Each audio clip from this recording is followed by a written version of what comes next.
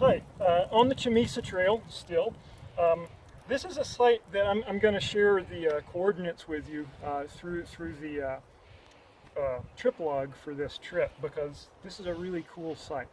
We're right on the Chamisa Trail, maybe 5 meters off of the trail. And here's a really interesting geological feature. This plane right here that I'm precariously leaned against is a fault. It's probably not a major fault like the San Andreas, but it's a fault nonetheless. And the way that I can say that with certainty is because of this linear feature.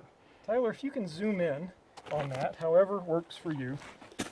There's this feature aligned like this, parallel to my finger right now. And if you're okay climbing just a little bit off the trail, I encourage you at this site to feel this. It's very, very smooth. It almost feels like it's been polished.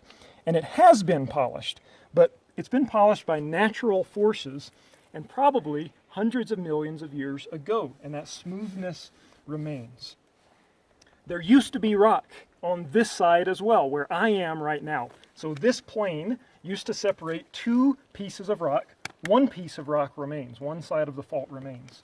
The motion was like this. We can tell that it moved this way, because just like if you scratch your fingers across clay, you're going to leave trails that are parallel to the direction of motion.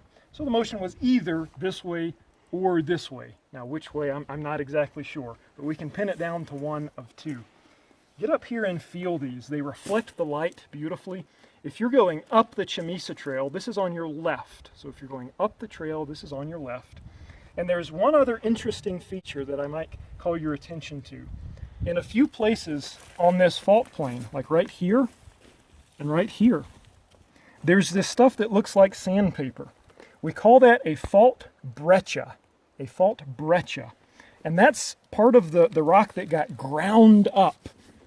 Imagine immense forces in the crust sliding rock past one another. Sometimes you get this polishing action, but sometimes you get this grinding action, and some of that ground broken rock, it's very sharp. The juxtaposition between this very sharp broken rock and this smooth polished rock is striking, and you really need to feel this with your hands. Don't take my word for it. Okay? So here's a little example of a fault on the Chamisa Trail, and check the road log for the exact coordinates of this.